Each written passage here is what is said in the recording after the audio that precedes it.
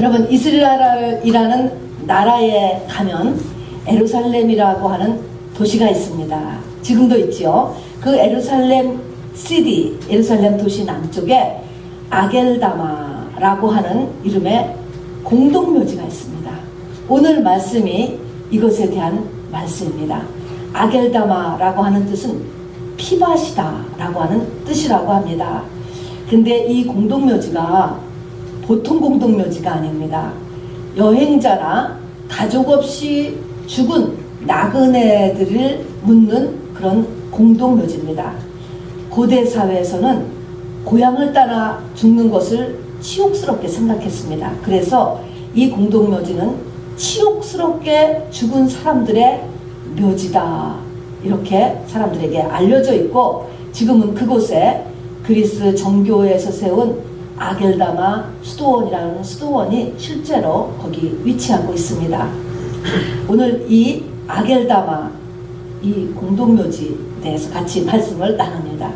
이 아겔다마 피밭이라고 하는 이 묘지가 전에는 누구의 땅이었느냐면은, 여러분 아세요? 이 아겔다마가 누구의 땅이었냐면 토기장이의 땅이었다고 합니다.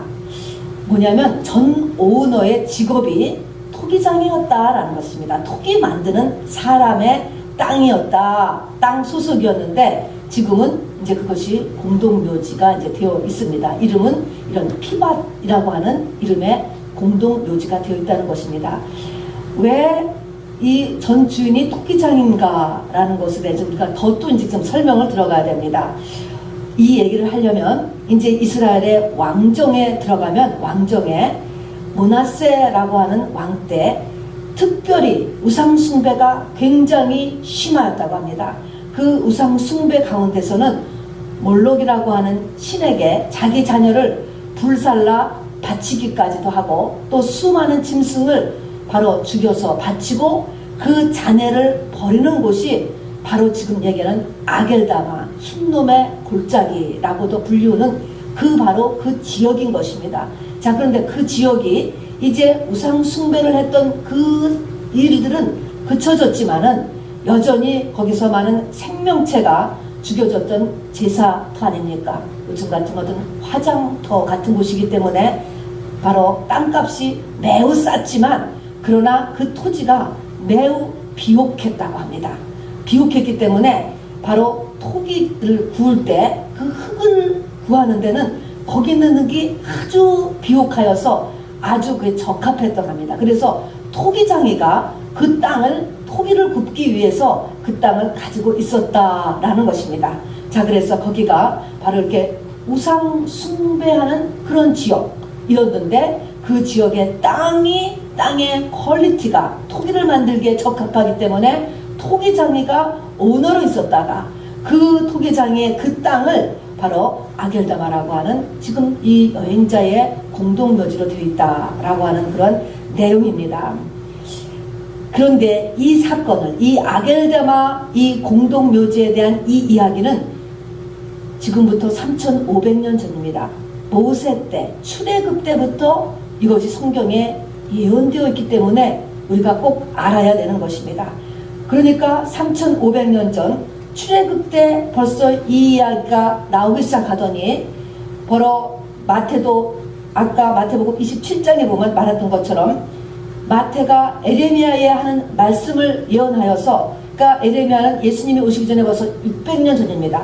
600년 전에 바로 이 일을 예언해 놓고 있는 것입니다. 에레미야가 메시아가 은 30에 팔리게 되고 그 은 30으로 토기장이의 밭을 사게 될 것이다 라는 것을 예수님이 태어나기 600년 전에 에레미야를 통해서 이것이 이미 이 아겔다마가 성경에 예언이 되어 있다는 것입니다. 그런가 하면 BC 487년 스가랴를 통하여서, 스가랴 11장 1절부터 13절에도 똑같이 은 30을 주고 토기장에게 밭을 산다 라는 것이 거기에 예언이 되어 있는 것입니다. 참 놀랍지 않습니까? 3500년 전, 그리고 바로 예수님 오시기 600년 전, 또 예수님이 오신 500년 전에 바로 예수님이 은 30에 팔리고 그 은 30으로 토기장이의 밭이 사질 것이다 라는 것이 예언이 되어 있다는 것입니다. 그래서 우리가 이 아겔다마가 주는 메시지 지금도 남아 있습니다. 이 메시지를 우리가 같이 받아야 되는 것입니다. 가룟 유다가 예수님을 얼마에 팔았는지 아세요? 은 30에 팔았습니다. 은 30이라고 하는 그 값은 이제 출애굽기에서 나오는데 은 30은 노예의 몸값이었습니다. 그래서 출애굽기에 보면은 소가 노예를 받아서 그 노예가 죽었어. 그러면은 그 소 주인이 그 노예 값으로 은 30을 주도록 이렇게 정해 놓았습니다. 그러니까 그 노예 값입니다, 여러분. 그 은 30인 것입니다. 그러니까 예수님이 바로 이 팔렸을 때 은 30을 받고 똑같이 팔리게 됩니다. 그래서 이렇게 팔리게 되고, 그리고 알다시피 이 판 돈을 가지고 묘지를 샀고, 그 다음에 그 묘지 그 장소는 가룟 유다가 목매어서 죽은 장소인 것입니다. 근데 목매어서 자살을 했는데 뭐가 끈이 잘못했는지 떨어져서 배가 찔려가지고 바로 창자가 다 터져서 죽었다라고 이야기했습니다. 그러니까 이 아겔다마는 바로 이 가룟 유다의 무덤이기도 합니다. 그리고 이 가룟 유다는 성경에 있는 그대로 그는 태어나지 않았으면 더 좋았을 뻔했다라고 하는 예수님의 그렇게 이 가룟 유다에게 이야기합니다. 분명히 지옥 같다는 것이죠. 태어나지 않았었으면 더 좋았을 뻔했던 인생이었다라고 이야기하고, 이 세상에 가룟 유다만큼 이 지구가 존재하는 한 욕을 먹는 사람이 없을 것입니다. 또 그 자신도 비참하게 인생을 끝내게 되었다는 것입니다. 똑같이 12제자로서 주님의 제자로 시작했는데 11제자는 지금까지 영원토록 빛나게 새 예루살렘 속에 천국에서 영원토록 이렇게 존재하는 것에 비해서 바로 이 가룟 유다는 얼마나 비참한 그 영혼이 지금도 바로 지옥 속에서, 그리고 그 남은 생애가 바로 그렇게 자살로, 그리고 창자가 온통 터져 나오는 상태로, 또 그 이름이 이 후대까지 지금까지도 이렇게 가룟 유다의 이런 치욕스러운 이름이 바로 불려지고 있는, 얼마나 이 길이 크게 달라졌습니까, 여러분?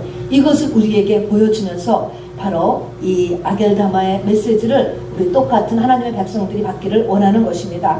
우리 알다시피 가룟 유다요 12제자 중에 한 사람이었습니다. 그는 재정 담당을 하고 있었습니다. 지금이나 예나 똑같이 재정을 담당한다라고 하는 것은 남보다 또릿또릿한 거고, 주변에 신뢰를 갖고 있는 사람들이 재정을 맡는 것입니다, 여러분. 그러니까 주변 사람들한테 신뢰도 있고 똑똑했다라고 하는 것입니다.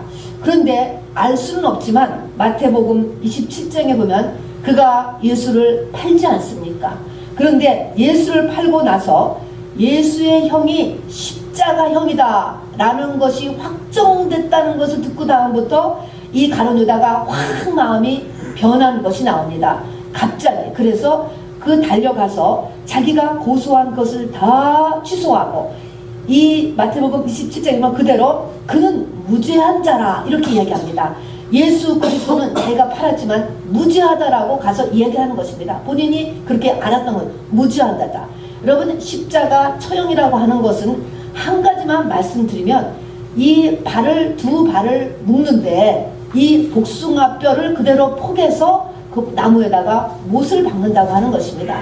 여러분, 뼈가 다치면 얼마나 아픈가 하는 것을 우리를 조금은 알 거예요. 이 뼈가 부러진다거나 뼈가 다치면 견딜 수 없는 아픔이라고 이야기합니다. 진통제 먹는 거 가지고도 안 될 만큼 그런 건데, 살아있는 상태에서 그 뼈에다가 못을 박는 거예요. 그 뼈로 못을 박았다고. 그렇기 때문에 그 통증은 상상을 초월하는 통증이라고 합니다. 그러면서 목숨이, 십자가형의 특징이 뭐냐면 목숨이 끊어질 때까지 남들은 그걸 모르지만 본인은 그 고통을 끝까지 느끼면서 끊어진다는 거예요. 차라리 기절을 해버린다든가 자기가 그냥 이렇게 무의식이 돼버리면은 모르잖아요. 그런데 너무 아파서 표현할 능력은 이미 잊어버렸음에도 불구하고 자기의 의식 속에서 바로 이 아픔을 끝까지 느끼면서 죽는, 그러니까 아주 정말 사단이 만들어낸 고통스러운 방법이 이 십자가인데, 이렇게 극악한 죄수한테 행해지는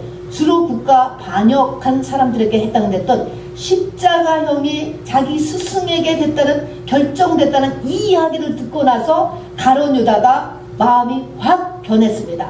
그래가지고 마태복음 27장에 보면은 그는 무죄한 자라 하면서 돈을 돌려주고 그리고 모든 그 취소하겠다고 바로 달려왔습니다. 그런데 바리새인과 장로들은 이제 다 끝난 일이다. 우린 상관할 일이 아니다. 라고 거기서 끝내 버리게 되는 것입니다. 바로 성전에다가 그 돈을 던져놓고 바로 이 가룟 유다는 가서 목매어서 양심의 가책에서 자살을 하게 됩니다. 그런데 성전에서는 그 돈을 가지고 바로 부정한 돈이 되어서 이렇게 부정한 헌금은 성전 금고에 넣을 수가 없다 해가지고 그걸 헌금으로 받지 않는 것입니다. 은산심량을. 그리고 그것을 가지고 당시에 필요했던 그런 나그네나 그런 여행자가 가족 없이 죽었을 때 묻어둔 그런 땅을 사서 그 돈으로 이것을 해야 되겠다 라고 하는 생각을 해가지고 산 것이 바로 그 토기장의 그 땅, 그 흰놈의 골짜기의 그 땅을 사서 여행자의 묘지를 삼았다라고 하는 이야기인 것입니다.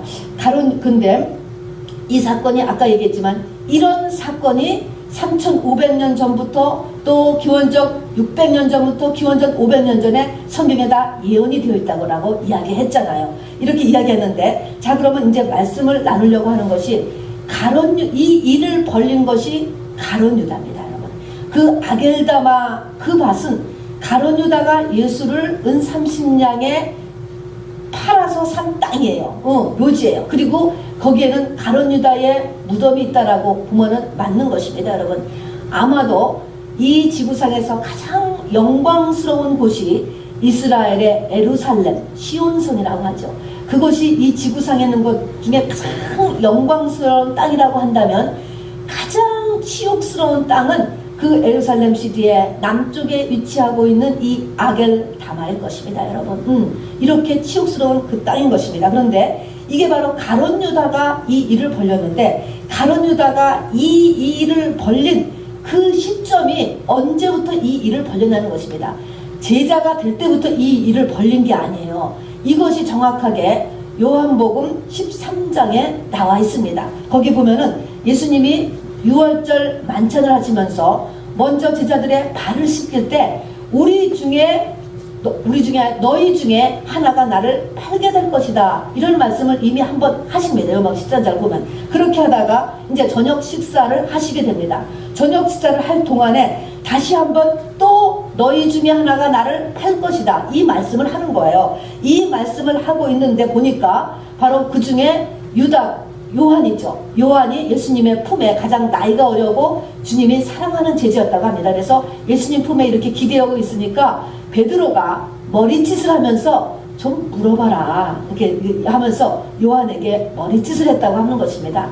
예수님에게 도대체 2번씩이나 벌써 오늘 들어서 너희 중에 하나가 나를 판다고 하는데 누가 나를 팔 것인지 좀 바로 물어보라고 이렇게 머리짓을 했다고 하는 것입니다. 그러니까 이제 그걸 물어보게 되었고 예수님이 말씀을 하시는데 예수님께서 내가 한 조각을 초를 찍어다가 주는 그가 바로 나를 팔 것이다 라고 하면서 떡을 하나 띄어서 바로 초를 찍어서 누구한테 넣어줬어요? 가룟 유다에게 넣어주었습니다. 그런데 성경은 뭐라고 기록하고 있냐면 우리 오늘 주보에는 요한복음 13장 27절에 있는 것처럼 조각을 받은 후에 곧 사단이 그 속에 들어간지라 그랬습니다. 자, 사단이 들어가서 예수를 팔 일을 그때부터 시작했다는 것입니다. 그러니까 예수를 팔겠다라고 하는 이것이 제자가 됐을 때부터 생각한 것이 아니고 그 중간에 그런 생각을 한 것이 아니고 이 조각을 딱 받아먹은 다음부터 그때부터 싹 그 생각이 들어가기를 시작했다는 것입니다. 자, 그래서 사단이 가룟 유다에게 예수를 팔 생각을 넣어 주었더니 성경은 분명하게 가룟 유다에게 사단에 의해서 그 생각이 들어가졌다라고 분명히 이야기하고 그리고 그것이 들어간 그 계기는 뭐냐면 예수께서 띄워준 떡 조각 그것을 딱 먹고 나서부터 사단이 딱 들어갔다라고 하는 것입니다. 자, 그러면은 예수님께서 왜 하필 유다에게 이렇게 사단을 들어가게 하셨느냐는 것입니다. 이게 딱 기회가 됐다는 것입니다. 정말 이 일은 사단이 한 거잖아요. 사단이 생각을 넣어주었다고 그랬습니다. 이 일은 사단이 했는데 그것으로 인한 그 고통, 이게 양심의 가책을 얼마나 받았으면 자살했겠습니까? 고통을 받고 그리고 영원토록 그리고 대대손손 후손이 이렇게 치욕은 유다가 받는 거예요. 어떻게 이 일은 사단이 벌려놓고 고통과 모든 치욕은 유다가 받는다. 어쨌든 이렇게 보입니다, 여러분. 자, 그러면은 우리가 지금 볼 것은 이 가룟 유다가 우리가 흔히 생각하듯이 정말 재수 없이 그렇게 걸린 걸까요? 재수 없이 정말 12명 중에 왜 유다에게 그렇게 조각을 넣어주어서 사단이 싹 들어가게 하는 그 일을 하였을까? 이것이 우연일까? 여러분 생각해 보시기 바랍니다.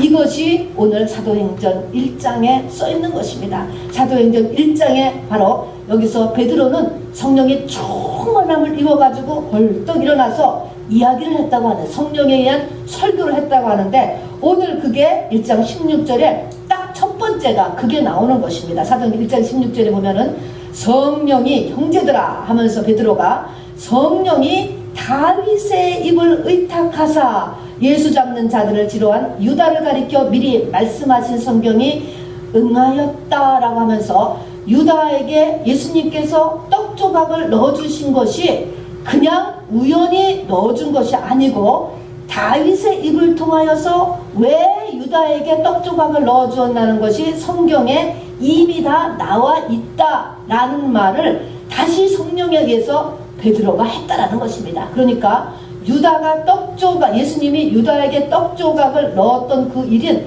다윗의 시편에 가면 그 이유가 나와 있다는 거예요. 그래서 여기 나와서 다윗의 시편에 어디 있냐면 시편 69편과 시편 41편과 시편 109편에 그것이 나와 있습니다. 자, 그래서 오늘 아까 대표로 시편 109편을 여러분 우리가 읽어드렸습니다.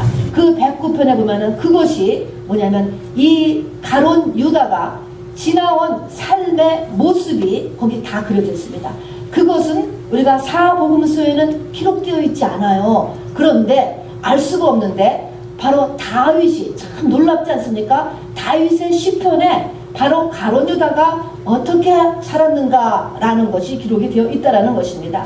자, 거기에 보니까 뭐예요? 바로 나의 원수가 내게 대하여 악담하기를 그가 어느 때에 죽고 그의 이름이 언제나 없어질까 하며 나를 보러 와서는 거짓을 말하고 그의 중심에 악을 쌓았다가 나가서는 이를 널리 선포하며, 이게 뭡니까? 가룟 유다가 보이지 않게 예수님에 대해서 이렇게 했다라는 것을 이야기하는 것입니다. 여러분, 12명의 공동체를 이루고 살지 않았습니까? 나를 미워하는 자가 다 하나같이 내게 대하여 수군거리고 나를 해하려고 꼬이며 이르기를 악한 병이 그에게 들었으니 이제 그가 눕고 다시 일어나지 못하리라 하며 내가 신뢰하여 내 떡을 나눠 먹던 나의 가까운 친구도 나를 대적하여 그의 발꿈치를 들었나이다. 시편 109편을 보면 내가 찬양하는 하나님이여 잠잠하지 마옵소서. 그들이 악한 입과 거짓된 입을 열어 나를 치며 나를 속이는 혀로 내게 말하며 미워하는 말로 나를 두르고 까닭없이 나를 공격하였나이다. 나는 사랑하나 그들은 나를 대적하니 나는 기도할 뿐이라. 그들이 악으로 나의 선을 갚으며 미워함으로 나의 사랑을 갚았사오니 쭉 나오는 거예요. 가난하고 궁핍한 자와 마음이 상한 자를 핍박하여 그들은 죽이려 하였고 그들이 아니고 그인 것입니다. 여러분, 가룟 유다가 그런 사람이었다는 것입니다. 그는 저주하기를 좋아하더니 그것이 자기에게 임하고 축복하기를 기뻐하지 아니하더니 복이 그를 멀리 떠났다. 가룟 유다는 저주하기를 좋아하는 사람이었다는 거예요. 남을 계속적으로 판단하고 비판하고 남의 허물을 잡고 그런 사람이었다는 것입니다. 이게 가룟 유다의 보이지 않는 삶의 모습을 지금 적고 있는 거야. 이것이 시편을 통하여서 이야기한 것입니다. 그리고 남을 축복하기를 기뻐하지 아니하였다는 것입니다. 자, 가룟 유다는 예수님을 어떻게 대했는가? 악한 입과 거짓된 혀와 그리고 미워하는 말로 예수 그리스도를 두르고 까닭없이 예수님을 공격했다고 했습니다. 그는 선을 악으로 갚으며 강자에 강하고 강자에 약하고 약자에 강하고 저주하기를 좋아하고 남을 축복하기를 기뻐하지 않으며 그리고 한마디로 앞뒤가 다르게 사람을 대했다는 것입니다. 그 앞에서는 친절하게 대한 척하면서 뒤돌아서서는 저 사람은 병들어서 죽을 거야, 저주받아서 병들었어, 이렇게 이야기한다는 것이죠. 수군거리며 대적하며 모함하며 이렇게 가룟 유다의 삶을 써놓고 있는 것입니다. 예수님께서 그거를 다 알고 계셨다는 것입니다. 다 알고 계셨어요. 다 알고 계셔서 그 죄가 찾았을 때 바로 사단에 들어가도록 허락한 것입니다, 여러분. 자, 그래서 성경에서 갑자기 우연히 생각지도 않게 왜 나에게 이런 일이 일어났을까? 그런 거는 없다라는 것입니다, 여러분. 자, 그래서 세상에서도 암이 갑자기 생겼다 이런 말을 해요. 여러분, 갑자기 생긴 게 아니에요. 암이 하나 생겼어도 오랜 기간에 그 사람의 음식 습관이 뭐가 문제였다든가 삶의 환경이 문제였다든가 아니면 내면의 갈등의 오랜 이 문제가 해결되지 못한 채 살았다든가 이런 것 때문에 암이 이제 현상계에서 나타난 것이지요. 다 그 앞에 이유가 있었다는 것입니다. 우리가 알다시피 루시라고 하는 여자가 있어요. 가난하고 아무 재주도 없는 불쌍한 외국인 여자였습니다. 이런 홈리스 같은 이런 이 루시 어떻게 보아스라고 하는 남자를 만나서 결혼하게 돼서 인생의 모든 문제를 다 해결하게 되었습니다. 여러분, 성경은 그가 우연히 보아스의 밭에 이르러서 거기서 이제 잡을 갖기 시작했잖아요. 우연이라고 써놓고 있는데 우연이라니 아닙니다. 성경에 이 룻기의 그 한 장을 앞에 보면 룻이 뭐합니까? 자기 세상의 부귀 영화와 계산을 다 버리고 시어머니의 하나님을 쫓기를 결정하지 않습니까? 그런 하나님 앞에서 한 여인의 결정한 것이 하나님이 보신 거예요. 하나님이 우리의 모든 것을 다 감찰하시면서 계산하신다라고 하는 것을 여러분 잊지 마시기를 바랍니다. 이게 믿음이에요, 여러분. 그래서 나에게 지금 무슨 문제가 터진 것, 이 터진 것에는 많은 원인이 이미 오래전부터 있어 왔다가 그것이 생겨난 것입니다, 여러분. 시편 1편에 보면은 시편은 성경 가운데 가장 많이 읽는 책이 시편이에요. 그 중에서도 1편에 들어가면 복 있는 사람과 악인의 사람, 복 없는 사람이 딱 나와요. 복 받으라고 나오는 것입니다. 두 길이 있다라는 것을 이야기하는 거예요. 네가 선택하라라고 이야기하는 것입니다. 신명기서에 보면 이스라엘 백성들이 가나안 땅에 들어가서 맨 처음 가르친 것이 뭐냐면 이스라엘 백성들을 둘로 딱 나눠놓고 축복산과 저주산이다, 그리심산과 에발산이다 라고 해서 축복과 저주가 네 앞에 있으니까 너는 이거를 택해라 라는 것을 가르치는 것입니다. 네 하기에 달렸다라는 것입니다. 자, 그런 다음에는 이것이 네가 아무리 가나안 같은 좋은 땅에 들어왔다 할지라도 네가 저주를 택하면 네 앞으로의 삶은 그것이 열매 맺어 오는다라는 것입니다, 여러분. 그래서 가나안에 들어간 후손들에게도 그리심산과 에발산의 교훈을 가르치고 우리가 신년을 맞이해서 시편 1편을 암송하는데 그 암송의 내용도 바로 이런 복 있는 사람과 복을 받지 못하는 이 두 사람의 이 이야기를 나오면서 네 앞에 두 길에 네가 선택에 달렸다는 것입니다. 이 선택은 한 번으로 끝나는 것이 아닙니다. 계속적으로 이것이 쌓여 나가가지고 그것이 하나님과 나 사이에서 열매로 나타나는 때가 있는 것입니다. 축복도 그렇고 저주도 마찬가지인 것입니다. 하나님은 우리와 맞물려서 일하신다는 것을 여러분 잊지 마시기를 바랍니다. 자, 그래서 세상에서도요 성공하는 사람들을 연구하잖아요. 연구라는 건 뭐예요? 어떻게 해서 저 사람이 성공했는가라는 걸 그 사람의 모든 것을 다 연구한다고요. 왜 그래요? 그런 모든 것이 어느 날 그 사람의 인생에 성공이라는 것으로 나타나기 때문에 그런 거죠. 한 번에 되는 것은 없다라는 것입니다, 여러분. 그래서 그렇게 해놓은 그런 사람들의 모습을 보면 그 사람의 삶의 태도가 남에게 늘 겸손한 사람, 남의 말을 잘 들어주는 사람, 진실한 사람, 또 남의 단점을 이렇게 지적하지보다는 이렇게 커버해주는 사람, 그런 사람은 결국은 그것이 열매를 맺더라. 비즈니스 계통에서는 그렇습니다, 여러분. 그런 거에 비해서는 늘 자기 주장이 강한 사람, 이기적인 사람, 충동구매하는 사람, 게으른 사람, 늘 속전속결 이렇게 공짜를 좋아하는 사람, 이런 사람은 거기에 맞춰서 그것이 어느 날 열매가 돼서 그 사람의 인생이 되어진다라는 것입니다. 날마다의 습관이 쌓여서 어느 날 형체가 된다는 거예요. 믿음 생활도 마찬가지예요, 여러분.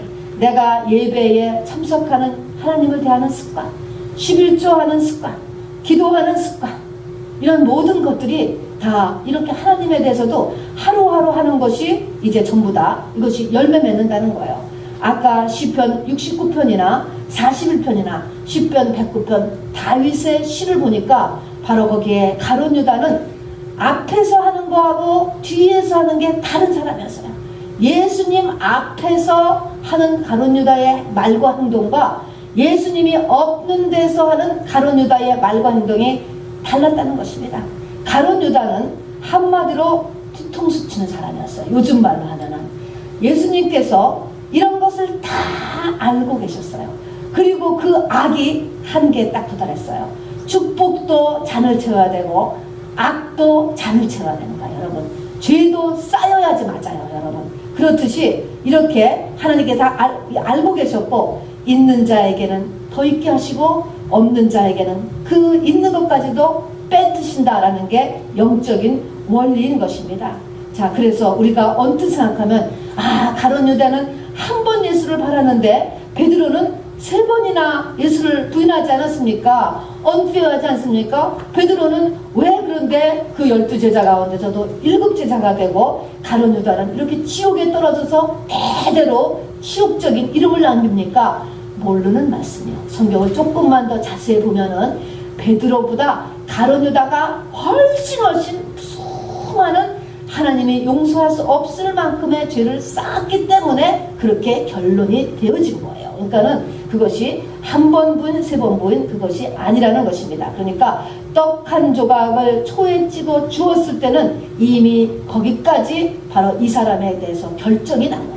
잣대가 기울어졌던 것입니다. 그렇기 때문에 바로 사단이 들어가도록 바로 하나님께서 허락하신 것입니다. 그래서 전도서 솔로몬 바로 그 이후나 그 이전에도 없었다고 하는 하나님의 지혜를 받은 솔로몬은 전도서에서 마지막 결론으로 뭐라고 얘기하고 있습니까? 하나님은 모든 은밀한 일과 모든 행위를 선악간에 심판하신다라는 것입니다, 여러분.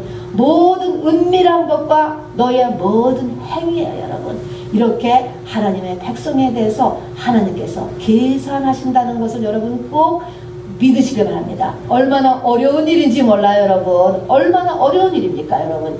이것이 하나님은 그래서 중심을 보신다라고 늘 이야기를 하게 되는 것입니다. 자, 그래서 이것이 바로 아겔다마가 주는 가룟 유다에 관한 첫 번째의 메시지입니다. 이제 두 번째 메시지는 바로 예수님. 이것이 예수님의 몸값이잖아요. 예수님에 관한 메시지를 우리가 끝으로 가지면 되겠습니다. 여러분, 아까도 얘기했지만 출애굽기 21장 32절에 보면 처음으로 은30이라고 하는 단어가 나와요. 소가 남의 집 노예를 박으면 바로 그 값으로 그 죽은 노예값 대신에 은30을 줘라라고 이야기했습니다. 은30은 노예 한 명의 값이기도 했지만 1년 노동자의 임금이었다고 합니다. 요즘으로 하면은 최하 노동자가 막노동하는 사람이 1년 버는 총액 2만 불쯤 된다고 할까요? 한 3만 불쯤 된다고 할까요? 그 돈인 것입니다. 자, 그래서 노예 하나 값이 그만 불이에요. 2만 불입니다. 자, 여러분의 값이 만일에 2만 불이다 라고 하면 어떨 것 같아요? 여러분 자식을 누가 2만 불 주면은 걔를 노예로 그냥 영영이 져버린다. 하나님이 그렇게 하신 거거든요. 하나님을 2만 불에다가 완전히 노예로 이 땅에다가 내놨잖아요. 여러분, 하나님이 우리에게 하신 일이 그런 것입니다. 자, 그런데 하나님께서 그렇게 이렇게 피조계에 들어오셨을 때 사람으로도 못 들어오시고 사람 가운데서도 가장 낮은 소보다 조금 나은, 짐승보다 조금 나은 종으로 들어오셨어요. 여러분, 이 종은 요즘으로 하면은 하루에 품값을 벌기 위해서 길가에 쭉 써있는 저 스페니쉬 노동자들, 그보다도 못한 거예요. 노예라고 하는 거는 짐승과 거의 비슷한 수준이었기 때문에 그보다도 훨씬 못하게 예수님이 이 땅에 계셨습니다. 여러분, 하나님이 우리 사이에 그렇게 계시고 있습니다. 자, 그런데 이 은 30이 어디로 가느냐? 자, 그러니까 은 30이라는 단어는 노예 값이다 라는 것을 알려주는데, 이 은 30이라는 단어가 그 다음에 어디 등장하면 에레미야서에 등장하는 거예요. 에레미야에게 너는 은 30을 가지고 가서 토기장이의 땅을 사라 하는 명령인 것입니다. 자, 은 30을 가지고 토기장이의 땅을 사는데, 그 토기장의 땅이 어디였냐면 아까 얘기한 흰놈의 골짜기라는 곳인데, 거기가 우상 숭배의 현장이었다라는 것입니다. 거기는 모든 이 말이 뭐냐면 은 30이 우상 숭배의 땅을 사들이는 데 쓴 거예요. 이게 뭡니까? 우리를 위해서 주님이 죽으셨는데 우리가 땅이잖아요. 우리가 뭡니까? 우상 숭배의 현장, 우상 숭배의 땅이라는 거예요. 인간은 열심히 뭘 한다고 해봤자 결국은 우상 숭배를 하는, 그렇게 하나님을 섬긴다는 거야. 내 필요 때문에 하나님을 섬기지. 그리고 아무리 해봤자 진짜 하나님을 알 능력이 없는 존재가 인간이에요. 여러분, 금송아지 신앙인 거예요. 금송아지. 나를 위하고 이 땅의 것을 얻기 위해서 어떤 신을 섬기는 그런 금송아지 신앙이고, 그 이상을 넘어가지 못하는 거예요. 여러분, 내 자력으로 진리를 알 능력이 없는 존재다. 이것이 바로 은 30이 간 행적이에요. 여러분. 그래서 나는 우상 숭배하는 그런 인간이라, 나뿐이 아니고 인간이라고 하는 것은 이렇게 우상을 섬기는 이상 못하는, 참 하나님을 알 능력이 없고 하나님이 나를 위한 하나님에 불과한 거예요. 결국은 그렇게밖에 안 되는 존재다라는 것이 첫 번째 메시지죠. 그 다음에 그 은 30은 어디로 가느냐? 은 30에 바로 예수님이 팔려서 그 예수님은 예루살렘 성문 바깥으로 나가서 십자가형으로 죽게 되십니다. 그러니까 성문 밖은 예루살렘 성 안에 사람들이 살아야 되는 거고, 성 밖은 누가 나가느냐? 바로 그 성 밖에 사는 사람들은 저주받은 사람들이 나가는 거예요. 율법에 의해서. 자, 그래서 예수님이 성문 밖으로 은 30을 받은 다음에 그쪽으로 팔려나갔어요. 거기서 십자가형 달 그 말은 저주를 몽창 받은 사람들을 대신하여서 예수님이 죽으신 것입니다. 그게 성문 밖에 나갔다는 것입니다. 그러니까 또 뭐예요? 인간이라고 하는 존재, 나라고 하는 존재는 저주 속에 쌓여있는 존재다 라는 것을 이야기하는 것입니다. 그리고 마지막으로 이것이 가룟 유다가 던져진 그 밭을 바로 은 30에 사게 됐다라는 것입니다. 예수님 이제 돌아가셨을 때. 그거는 뭐예요? 우리가 예수를 믿으면서도 여러분, 내가 가룟 유다 같은 사람이에요. 엄밀하게 보세요.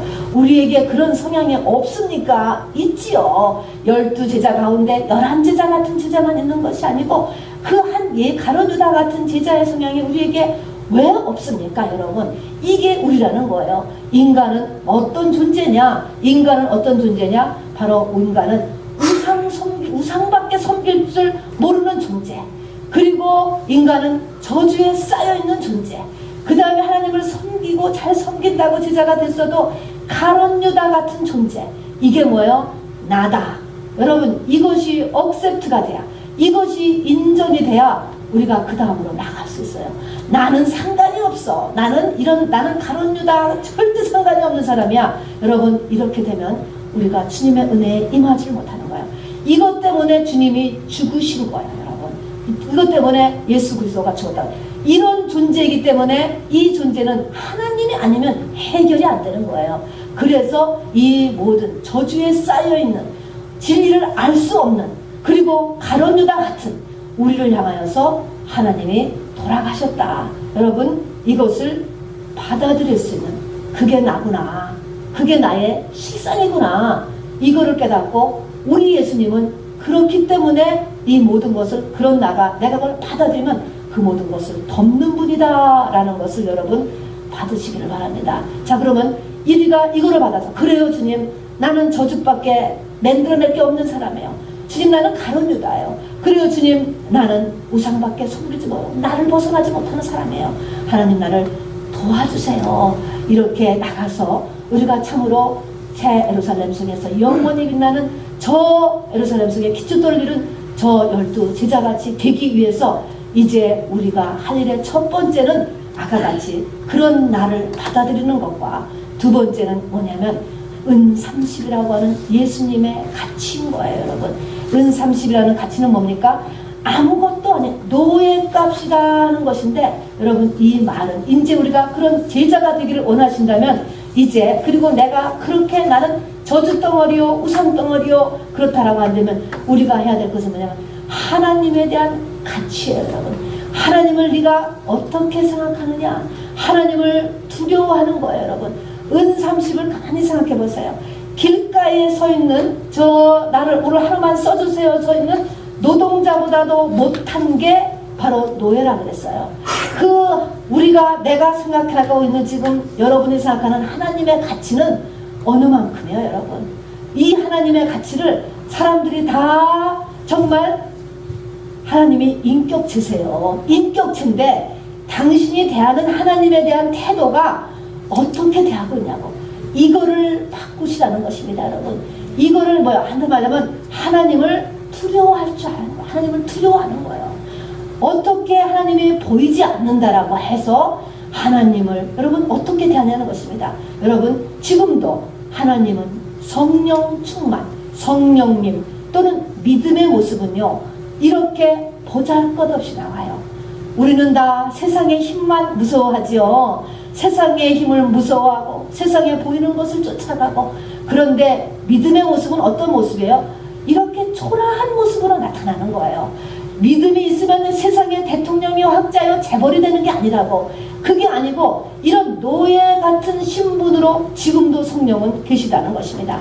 믿음 있는 사람을 그렇게 세상에 화려하고 큰 사람 중에서 찾으려고 그러면 여러분 못 찾는 거예요. 여러분, 그렇게 믿음이라고 하는 것, 성령님이라고 하는 것은 여러분 그렇게 지금도 존재해요. 여러분, 자, 그런데 그 하나님과 내가 연결을 이야기해서는 내가 하나님을 어떻게 대화하느냐, 나를 사랑하는 자들이 나의 사랑을 입고 나를 간절히 찾는 자가 나를 만나리라. 너가 구하면 구해질 것이요 부르짖으면 내가 응답한다 그랬습니다.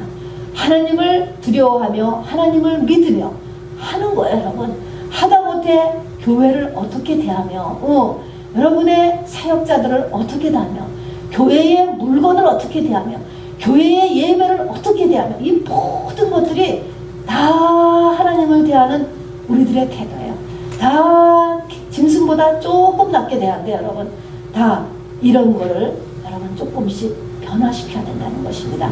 이게 은 30으로 계시는 이 하나님 보이지 않아요. 여러분, 인격체세요. 근데 이 하나님을 우리가 하나님을 두려워하고 하나님을 사랑하고 하나님을 하는 그런 자세로 조금이라도 또 여러분 우리가 이렇게 바꾸는 이런 자세를 가지라는 것과 그 다음에 그런 모든 것들이 바로 내가 오늘 어떻게 하는가에 따라서 그것이 하나님과 맞물려져서 나에게 진리의 눈이 열려지고 어느 날 그것이 나에게 현상으로 나타나는 복으로 온다는 것도 여러분 잊지 마시길 바랍니다. 가룟 유다가 그런 태도를 가지고 조인해서 3년을 지내왔기 때문에 가룟 유다가 눈이 안 열리는 거예요. 진리의 눈이 안 열려 회개를 못해, 돌이키지를 못하는 거야. 돌이키지를 못해. 마지막에 딱 일이 끝나고 나서야 깨달았죠. 그래도 그때 스스로를 결정하지, 그것이 주님 앞으로 달려나갈 줄 모르는 거예요. 주님 앞에 왔으면 사는 거잖아요. 그게 아니고 스스로 그냥 목을 끊고 목을 메어서 죽었다라고 이렇게 이야기했습니다. 그것이 주님 앞으로 가는 그 눈과 그 마음이 안 열렸던 거예요. 여러분, 이렇듯이 우리가 날마다 내가 행하며 말하며 결정하며 하는 그런 모든 것들이 나의 미래를, 영적인 것 또 육적인 것 혼적인 것 다 내 하루하루가 만들어낸다는 것을 여러분 잊지 마시기를 바랍니다, 여러분. 자, 그래서 어저께까지는 지나갔어요. 여러분, 과거는 아무것도 내가 할 수 있는 게 없는 것입니다, 여러분. 오는 이 순간부터 여러분 무엇이든지 고치시기를 바랍니다.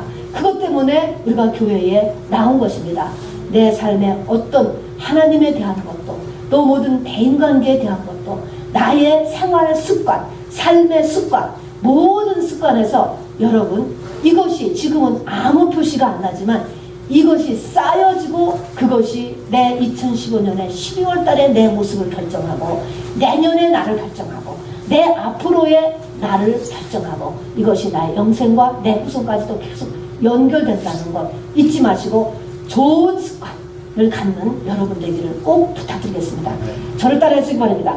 좋은 습관을 갖자. 좋은 습관을 갖자. 좋은 습관으로 고치자.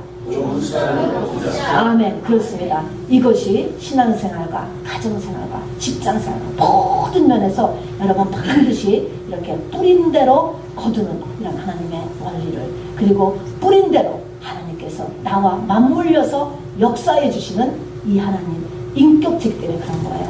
하나님도 인격체, 나도 인격체. 우리에게 그런 자유의지를 넣어주신 것이 이게 사람인 것입니다. 그래서 이 원칙을 꼭 맞추고 바로 주님의 이름으로 잘못됐거들랑 회개하고 바로 하나님 앞에 우리가 복을 만드는 바로 우리 하루하루가 되기를 우리가 꼭 주님의 이름으로 축원합니다. 자, 그런 의미에서 우리 선포기도를 하시겠습니다. 스크린을 보시면서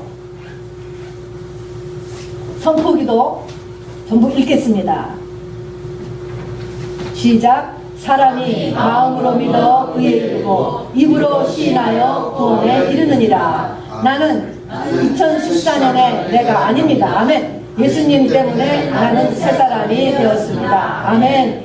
제가 1번 하면 여러분 쭉 읽으세요. 시작. 1번. 예수님 때문에 나는 유의 사람에서 영의 사람이 되었습니다. 아멘. 2번. 예수님 때문에 나는 왼쪽의 사람에서 은혜의 사람이 되었습니다. 아멘. 3번. 예수님 때문에 나는 주에서 의의 종이 되었습니다. 아멘. 4번. 예수님 때문에 나는 하나님에서 하나님의 자녀가 되었습니다. 아멘. 5번. 예수님 때문에 이제 나는 교만한 사람이 아니고 겸손한 사람입니다. 아멘. 6번.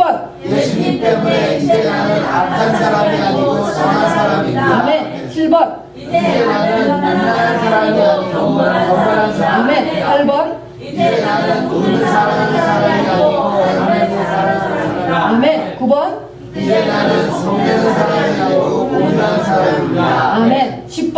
이제 나는 낙심하는 사람이 아니고 소망의 사람입니다.